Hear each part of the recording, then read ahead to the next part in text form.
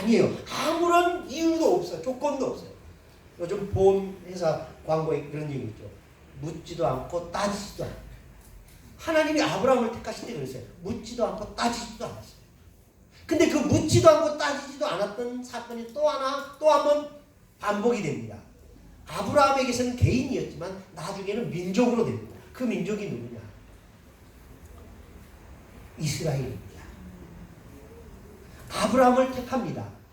그리고 그 아브라함을 갈대아인의 땅 우르에서 어디로 옮깁니까? 약속의 땅 가나안으로 옮깁니다. 그러기 위해서 아브라함에게 요구한 게 있습니다. 다 버리라는 겁니다. 강을 건넜다라는 말은 무슨 말이냐면 다 버렸다라는 얘기예요. 지금 우리는 외국으로 이민 가면 다 싸들고 가잖아요. 돈은 은행과 은행 사이로 넘기고 가고 물건은 싸들고 가는데 옛날에 아브라함 때는 이민을 갈 때 뭘 싸들고 갔을까요? 돈이 이 나라와 저 나라가 통용이 됐을까요? 안 돼요. 아무것도 안 되는 거예요. 그래서 이 강을 건넜다. 히브리인이라는 뜻이 무슨 뜻이냐면 강을 건넌 사람들이라는 뜻이에요. 그러니까 이전의 것을 모든 걸 다 버리고 온 사람. 다시 말하면 나그네, 거류민, 노마드 다 같은 말. 나그네라는 거예요. 그러니까 가나안 땅에 있던 사람들이 볼 때 아브라함은 뭐예요? 나그네예요. 가나안 땅에 들어가기 위해서 아브라함은 버려야 했어요. 그의 가족도, 친척도, 그가 가지고 있던 모든 것도 다 버려야 했어요. 그리고 아브라함이 물을 건너요. 나중에 이스라엘이 애굽에서 나와서 가나안으로 가기 위해서 물을 건넙니다. 홍해를.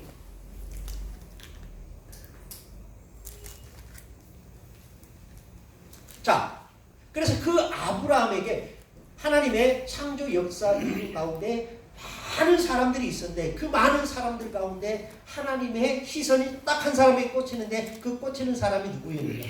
아브라함이었습니다. 그리고 그 민족, 그의 후손을 하나님이 키우십니다. 그게 이스라엘입니다. 히브리 민족. 그러니까 히브리 민족이라는 것은 아브라함의 후손이라는 뜻이에요. 아브라함은 어떤 사람입니까? 강을 건너온 사람.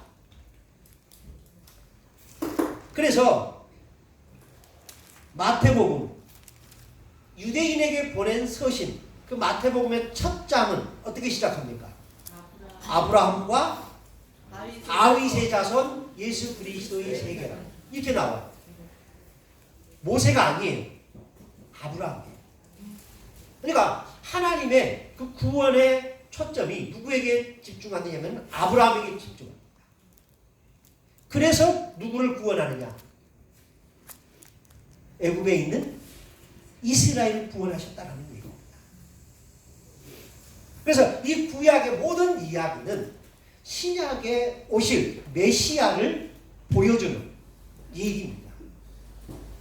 그래서 구약, 신약 가운데 구약 성경을 가장 많이 인용하는 구약의 이야기를 가장 많이 이렇게 끌어오는 책이 딱 한 권이 있습니다. 무슨 책인 줄 아십니까?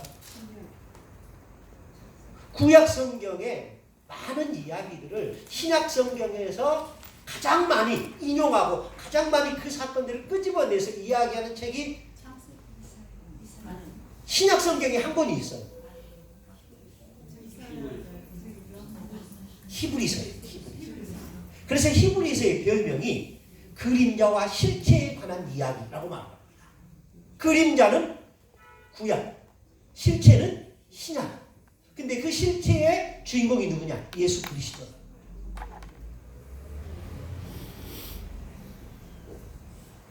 그래서 이제 여러분들이 성경을 보실 때 이제 좀 안목을 좀 키워서 보시면 그런 게 보인다는 거죠. 자, 그래서 이제 구약은 오실 메시아에 대하여 이야기합니다. 오실 메시아. 오실 메시아. 그리고 신약은 또 두 개로 나누어지죠. 복음서냐, 그 기타 서신이냐. 그런 나누죠. 복음서의 핵심은 뭡니까? 예수님 증거. 마태복음은 왕이신 그리스도. 마가복음은 종이신 그리스도. 누가복음은 사람의 아들인 그리스도. 인간 그리스도. 요한복음은 하나님의 아들로서의 그리스도. 이렇게 이제 나누어 볼 수 있어요. 어쨌든 유대인이니까 그리스도를 종이라고 표현하면 되겠어요, 안 되겠어요? 안 되죠. 그래서 유대인들에게 보낸 마태복음은 왕으로서 예수를 이야기합니다. 그러기 위해서 다윗의 계통에서 나신 그리스도. 그래서 아브라함과 다윗의 자손 예수 그리스도의 세계라. 그러면서 낳고 이런 얘기를 하는 거예요.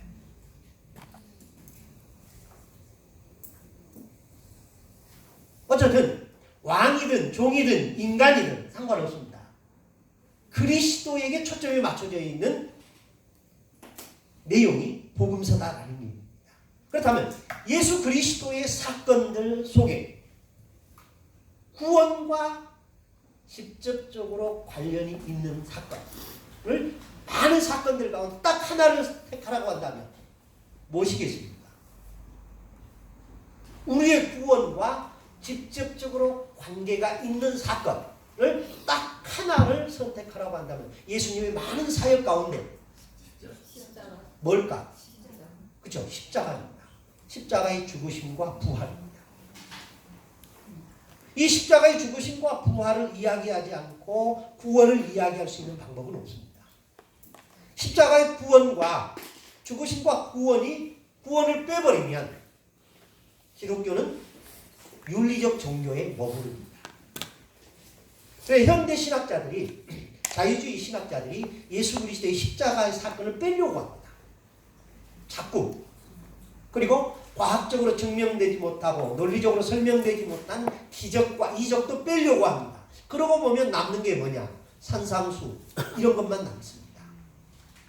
그러면서 현대 자유주의 신학자들은 기독교를 하나의 윤리적 종교로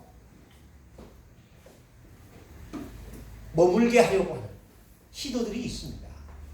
여기에 빠져서는 안 됩니다. 자, 어쨌든 그 예수님의 많은 사역과 기적과 이적의 사건들이 있었는데 그 모든 사건들은 무엇을 위해서 한 사건이냐? 자, 오병이의 기적의 사건을 보면서 이스라엘 백성들은 예수님에게서 무엇을 봅니까? 왕을 봅니다. 왕. 아, 저런 분이 왕이 됐으면 좋겠다. 그래서 억지로 잡아서 왕을 삼으려고 했던 겁니다. 무리를 거르시는 사건, 풍랑을 잔잔케 한 사건, 이런 사건들을 보면서 제자들은 예수님을 어떻게 보았습니까? 아, 이분은 우리와 다른 분이구나. 이분은 하나님의 아들이구나. 이걸 보는 거예요. 그러니까 기적과 이적, 많은 사건들을 행하시는데 그 사건을 행하는 것이 목적이 아니라 그 사건을 통해서 예수님이 어떤 사람이다, 어떤 분이라는 것을 보여주기 위한 증명해 가는 거예요. 무리를 보고 오병의 기적을 행하고 물로 포도주를 만들고 죽은 사람을 살리고 벙어리를 고치고 안전뱅이를 고치고 눈먼 사람을 보게 하고 이런 사건들을, 이런 기적들을 쭉 행하는 예수님을 보면서 사람들은 뭐라고 생각합니까? 메시아가 저분이구나. 우리가 기다리던 메시아는 저분이구나라는 사실을 깨달은 겁니다. 그런데 그런 분이 죽었다. 어디에서? 십자가에서. 그리고 그분은 말씀하시던 대로 약속대로 3일 만에 부활하셨다. 예수님이 마가복음을 기록한 목적, 마가복음의 별명은 종이신 그리스도입니다. 종이신 그리스도. 자, 마가복음 한번 보실까요? 15장.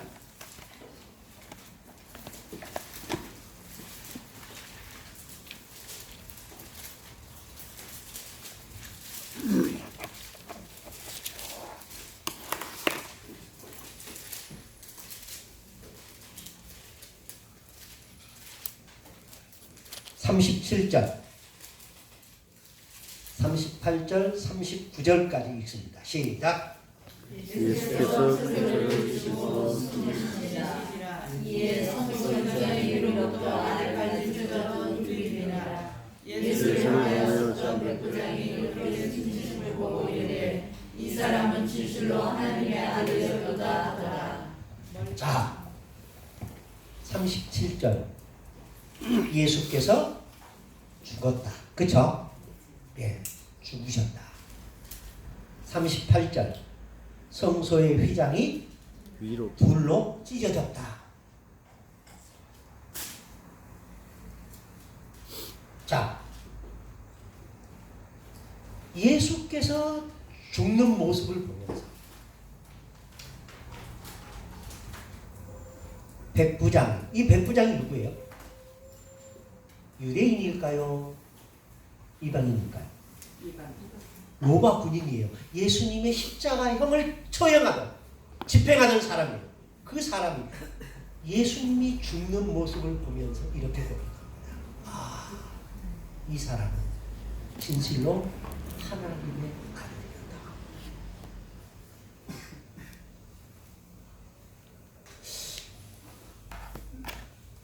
자, 눈 한 번으로 감아보십시오. 지금 여러분들이 골고다 언덕에서 예수님의 죽는 모습, 그 장면 앞에 있습니다. 구경꾼들이. 저는 예수님의 십자가형을 집행하는 집행관 백부장입니다.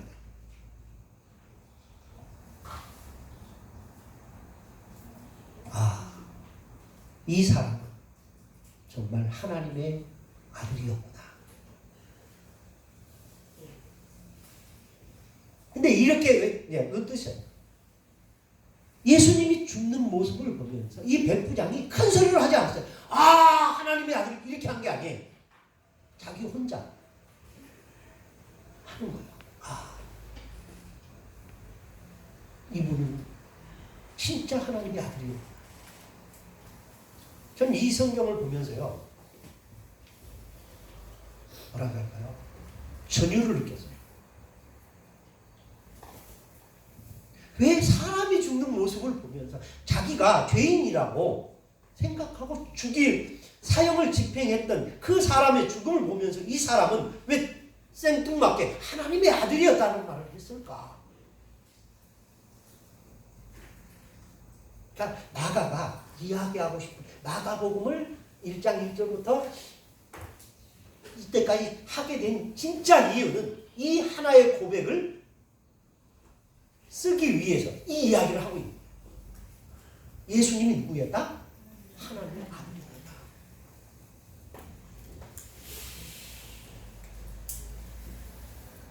그분이 우리를 위하여 죽으셨다. 그리고 그분이 살아나셨다. 이게 복음서의 핵심입니다.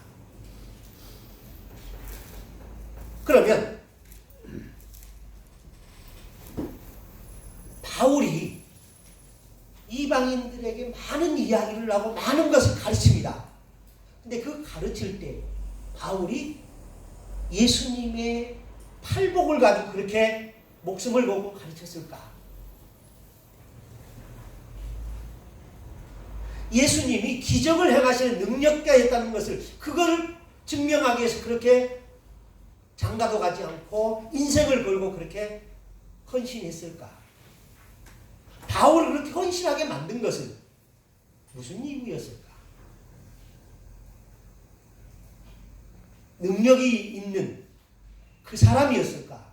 아니면 하나님의 아들로서 그런 능력이 있는 그분이 나를 위하여 죽었다라는 것을 전하기 위해서였을까? 뭐예요?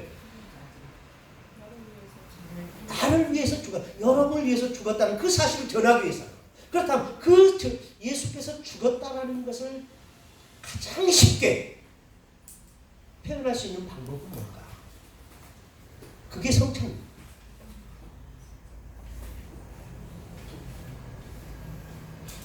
제가 한 가지 이야기를 하겠습니다.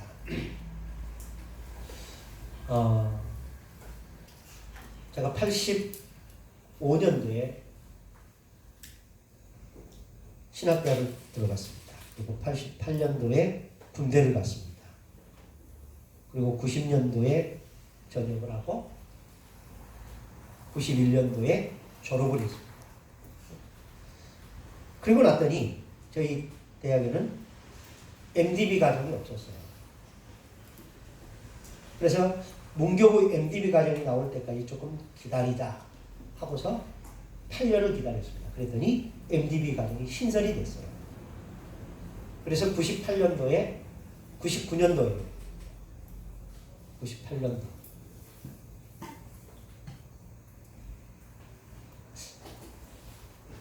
오래돼서 잘 모르겠어요. 99년도 돼가지고 98년도에 입학을 했어요. 그리고 2001년인가 2년인가 졸업을 하고 2003년 11월 달에 목사 임직을 받았습니다. 그래서 제 친구들에 비하면 10년 정도 늦었습니다. 왜냐하면 제 친구들은 91년 혹은 92년도에 졸업하고 93년도에 막바로 강도사 보시 보고 목사 보시 볼 수 있는 자격이 주어졌었어요. MDB 과정 안 해요. 왜? 없었으니까. 근데 저는 그렇게 해버리면 목사가 되버리면 나중에 공부하고 싶어도 공부할 수 없어요. 왜냐하면 MDB가 없으면 THM을 못해요. THM이 없으면 박사과정을 못하고. 그래서 정식 학위가 나올 때까지 좀 기다리자. 기다린 게 8년입니다. 그래서 이제 기다렸다가 MDB가 나와서 하고 그리고 THM 과정을 하고 신학박사 과정을 했는데 그래서 2003년도에 이제 목사 임직을 받았습니다.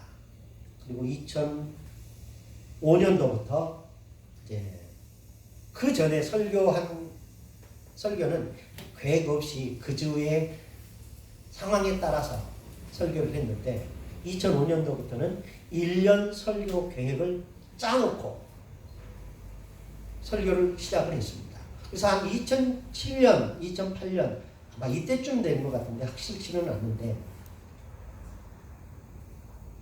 이제 박수 쳐서 이제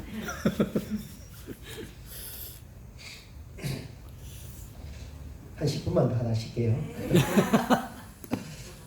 그래서 이게 설교 준비를 하려고 이제 11월 달이면은 책을 바리바리 싸들고 기도원으로 올라갔습니다. 그래서 월요일 날 올라가서 이게 운이 좋아서 준비가 잘 되면 목요일 날 저녁에 내려오고 그래서 준비가 잘 안 되면 토요일 날 내려오고 일주일 동안 정말 금식하면서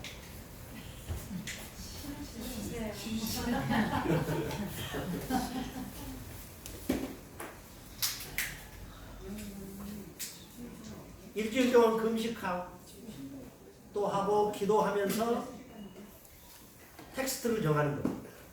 그리고 제목을 정하고 그렇게 52주를 짜요. 치고 내려와요. 그런데 그때는 가서 기도하면서 이게 짰거든요. 근데 수요일 날 저녁이었습니다. 한 3분의 2 정도 짰을 경우였는데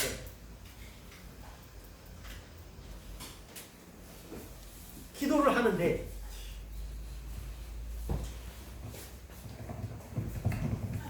내 설교에서 제가 내년에 설교하고자 하는 설교에서 과연 예수님의 십자가와 죽으심에 대한 이야기는 몇 번이나 있을까?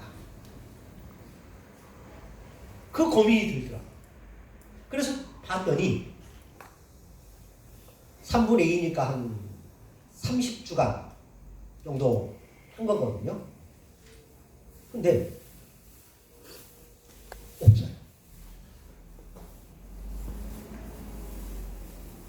근데 그 이전에 제가 논문을 하나 쓰기를 뭘 썼냐면 우리나라 초기 부흥 시대를 이끌었던 목사님들의 설교에서 예수님의 십자가와 죽으심에 대한 설교는 몇 퍼센트 정도 들어갔을까? 이 한 챕터로서 조사해 본 적이 있었는데 그분들은 한 2달에 한 번 정도 한 10% 정도는 그런 설교를 했어요. 근데 부흥 2세대들 그러니까 1980년대 이후에 큰 교회 담임 목사로 들어간 목사님들의 설교 그러니까 개척한 목사님들 말고 부흥 2세대로 아버지를 이어서 아들이 하거나 전임자를 이어서 후임자가 하거나 이런 유명한 설교자들의 설교를 또 조사를 했습니다. 그랬더니 그분들은 2%가 안 돼요. 1년에 한 번 이하로 하더라고요. 한 번이 안 돼요. 전체를 따져보니까. 그럼 나는 얼마나 될까? 해봤더니 나도 별반 차이가 없어요. 그래서 이건 아니다 싶더라고요. 그래서 제가 기도하고 하나님 내가 이걸 다 털게요. 다 털었어요. 그랬더니 속에서 주시는 기쁨이 있는데 그 어떤 거로도 형용할 수 없는 기쁨을 주세요. 그러면서 그때 결심한 건 매월 첫 주는 적어도 내년에는 매월 첫 주는 예수님의 십자가와 죽으심과 부활에 관한 설교를 해야겠다 해서 짰어요. 그거는 이틀 반밖에 안 걸렸어요.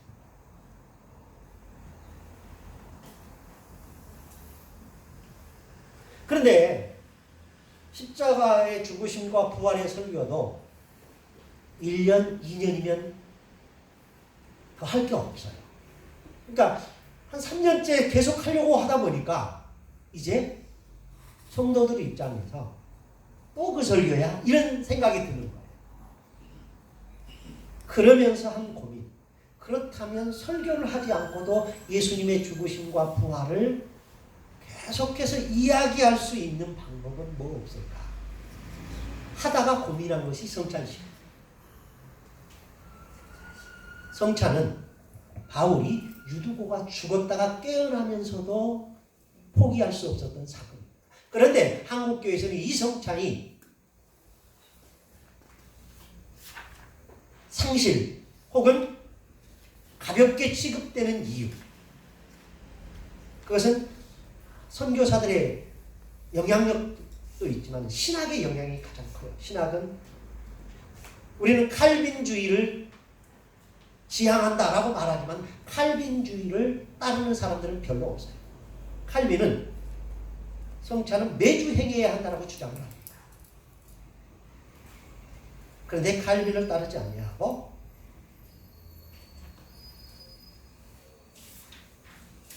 쯔빙글리를 따릅니다.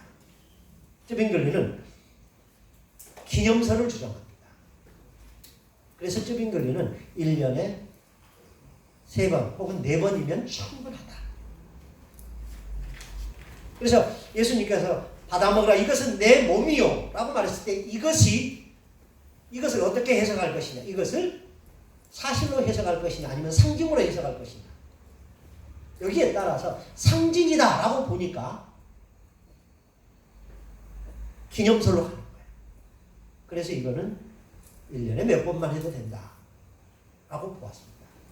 그런데 루터와 칼빈은 이것은 내 몸이다라고 말했을 때 이것은 상징이 아니다라고 봐요. 그래서 성찬을 중요시했습니다. 근데 한국 교회는 선교사님들이 성찬을 중시하는 문화 속에서 신앙 문화 속에서 자라지 못했던 사람들이 들어왔습니다. 그래서 예배할 때 그들이 한국 교회에 들어와서 예배했을 때 자기들이 경험했던 예배를 재현하는 겁니다. 그래서 만든 예배의 스타일이 뭐냐? 찬송 샌드위치 예배였습니다. 여러분 교회 예배 보십시오. 찬송하십시다. 묵도, 찬송, 신앙고백, 찬송, 기도, 찬송, 성경봉독, 찬송, 설교, 찬송, 헌금, 찬송, 축도 끝. 이런 식으로 찬송 샌드위치. 왜 그런 예배밖에 할 수 없었느냐? 한국 교회로 들어왔던 그 부흥을 경험했던 사람들이 동부 출신이 아니라 서부 출신들이 많습니다. 동부는 영국에서 들어온 성공회 주교들이, 성공회 신부들이 탄탄하게 기반을 잡고 그들은 건물이 있고 이런 곳에서 매주 성찬식을 하면서 예배를 했습니다. 근데 서부 개척 시대로 가면서 그분들이 따라오지 못한 거예요. 그러니까 열정은 있는 전도자들이 갑니다. 그리고 거기서 순회 목회를 하는 겁니다. 한 사람이 10지역, 20지역을 돌아다니면서. 그러니까 매주 갈 수 없으니까 몇 달에 한 번씩 가는 겁니다. 그리고 몇 달에 한 번 갈 때마다 성찬식을 하는 겁니다. 아, 성찬식은 이렇게 해도 되는구나. 그렇게 느꼈던 후예들이. 그래서 그들이 한국에 들어와서 그런 예배를 하게 되지 않았느냐 라고 합리적 의심을 하는 분이 서울신학대학교에서 예배학을 가르치는 조기현 박사. 저도 거기에 한 표를 던지는 바입니다. 어쨌든 성찬은 예배 속에서, 주일 공동 예배 속에서 그 무엇과도 비교해서 뺄 수 없는 중요한 이유였다는 바울의 생각이에요. 그런데 우리는 그런가 안 하는 거예요. 자, 쉬었다가 계속하겠습니다. 쉬는 시간은 딱 5분 드리겠습니다. 너무 늦게 있었어요. 그래요. 10분 드리겠습니다.